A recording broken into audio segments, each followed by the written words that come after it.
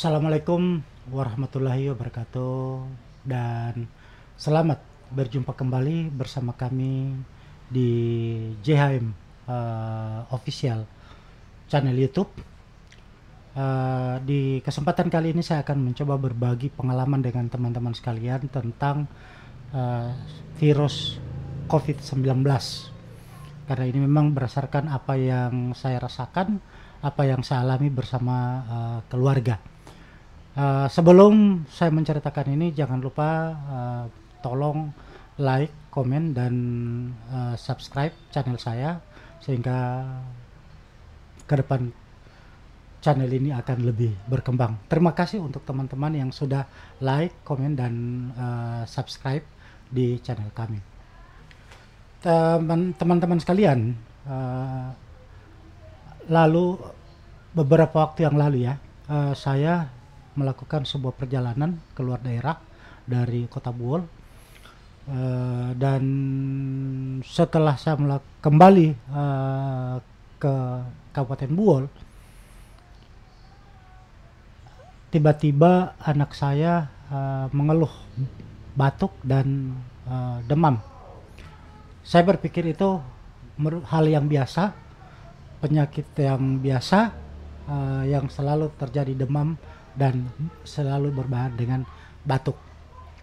Nah, sehari kemudian saya tiba-tiba merasakan juga meriang, kemudian diikuti dengan sakit persendian dan nyeri tulang. Nah, malamnya saya demam. 2 hari kemudian, setelah saya dengan anak saya yang berumur 10 tahun itu dalam kondisi sakit, tiba-tiba istri saya yang kemudian merawat saya selama 3 hari sakit kemarin itu terkonfirmasi juga ataupun terjangkit penyakit yang sama. Saya tiba-tiba merasa bahwa apa yang kemudian saya alami itu adalah penyakit yang berbeda dengan flu yang kemarin saya pernah alami, sehingga saya memutuskan untuk kemudian pada saat itu meminta istri saya untuk melakukan proses rapid test ke salah satu dokter yang ada di Kabupaten Buol. Setelah istri saya melakukan rapid test, beliau terkonfirmasi positif. Kan tetapi saya berikan penguatan bahwa sesungguhnya penyakit corona itu bukan merupakan suatu aib, bukan merupakan beban. Tetapi dalam hati saya berpikir bahwa jika istri saya positif, otomatis kemungkinan besar saya dengan anak saya yang berumur 10 tahun ini akan positif juga. Maka kami memutuskan untuk melapor ke tim Satgas di kecamatan, dalam hal ini Puskesmas Biau. Setelah mereka melakukan tracing, pemeriksaan secara menyeluruh kepada anggota keluarga, alhamdulillah dari 6 orang ya kami dalam rumah, ternyata yang terkonfirmasi positif saya, yang istri saya dan anak saya yang berumur 10 tahun tadi, yang dan alhamdulillah pula 3 anggota keluarga saya, anak saya yang pertama dan anak kedua serta anak tinggal saya itu alhamdulillah dinyatakan negatif. Sehingga tim Satgas menyampaikan bahwa insya Allah 5 hari ke depan 3 yang kemudian terkonfirmasi negatif ini akan dilakukan rapid ulang, memastikan apakah mereka tidak terkontaminasi virus. Nah, apa yang kemudian saya lakukan? Saya merasa bahwa ini bukan aib, ini bukan merupakan beban. Saya langsung mengambil tindakan untuk kemudian melakukan proses isolasi mandiri. Nah, dengan cara saya memutus hubungan, ya, saya memutus hubungan dengan orang kontak, ya, hubungan kontak fisik dengan orang-orang di sekitar. Hal ini yang saya lakukan bertujuan untuk kemudian menghindari jangan sampai kemudian ini menyebar. Nah, apa yang kemudian saya alami selama saya terkonfirmasi positif. Nah, hari pertama itu saya merasa badan meriang, sakit tulang dan nyeri persendian ya, nyeri persendian. Hari kedua saya sudah mulai demam, panas tinggi, dan hari ketiga sudah mulai ada gejala batuk, ya, gejala batuk. Nah, berhubung saya adalah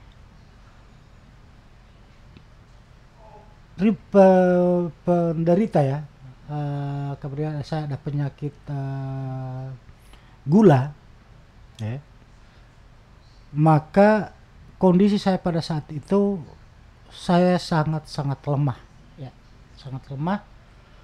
Ditambah lagi saya belum sempat menerima vaksin, ya. Saya belum sempat vaksin, baik vaksin pertama, vaksin kedua, vaksin maupun vaksin ketiga. Akan tetapi istri saya sudah vaksin sampai vaksin kedua, ya. Nah, pada saat itu kondisi saya sangat drop, sehingga yang gejala yang kemudian yang saya alami adalah di hari ketiga saya sudah mulai batuk, hari keempat, kelima sudah mulai hilang penciuman. Nah, berarti saya berasumsi bahwa ketika kita terkonfirmasi positif, maka hari kelima itu biasanya ya kita kehilangan kemampuan untuk mencium aroma, dan itu ya saya alami. Walaupun menurut beberapa pakar terkadang gejala itu tidak sama setiap orangnya. Akan tetapi saya pada hari kelima itu sudah mulai hilang penciuman dan mulai sesak napas, sehingga malamnya itu saya sangat kesulitan untuk tidur, ya. Nah, hari ketujuh itu sudah mulai lemas, ya, sudah mulai lemas, kemudian sakit kepala, ya, kemudian termasuk batuk dan susah tidur. Dan alhamdulillah untuk perasa ya, alat perasa itu ada beberapa rasa yang kemudian saya tidak bisa nikmati lagi, antara lain rasa asin, asam, dan rasa manis. Pahit, mohon maaf ya, asin dengan pahit itu yang masih ada, asam dengan asin, manis itu yang hilang, sehingga apapun saya rasa makanan itu lebih dominan yang saya rasakan adalah asin dan pahit. Nah, baik teman-teman sekalian, pada hari ke-10 setelah saya mengalami penyakit tadi, hari ke-10 itu saya sudah mulai mencium aroma kayak bau hangus di penciuman saya. Walaupun mungkin untuk aroma-aroma lain itu saya belum bisa merasakan aroma apapun, tetapi di dalam penciuman saya itu merasa bahwa ada aroma-aroma yang tercium, aroma hangus.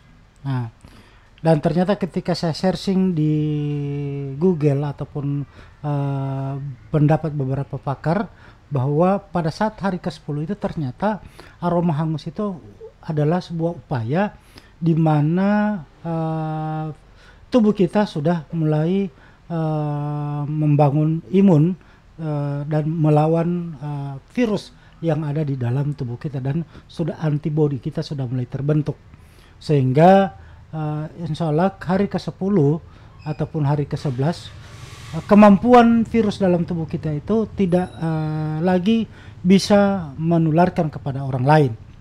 Sehingga memang terkadang beberapa anjuran dari dokter, masa kita karantina itu 10 hari ditambah 3 hari bebas gejala. Artinya apa? Setelah 10 hari kita melakukan proses karantina itu ditambah 3 hari kita tidak mengalami gejala apapun seperti batuk, kemudian sesak napas, dan sakit ataupun demam, ya, panas tinggi.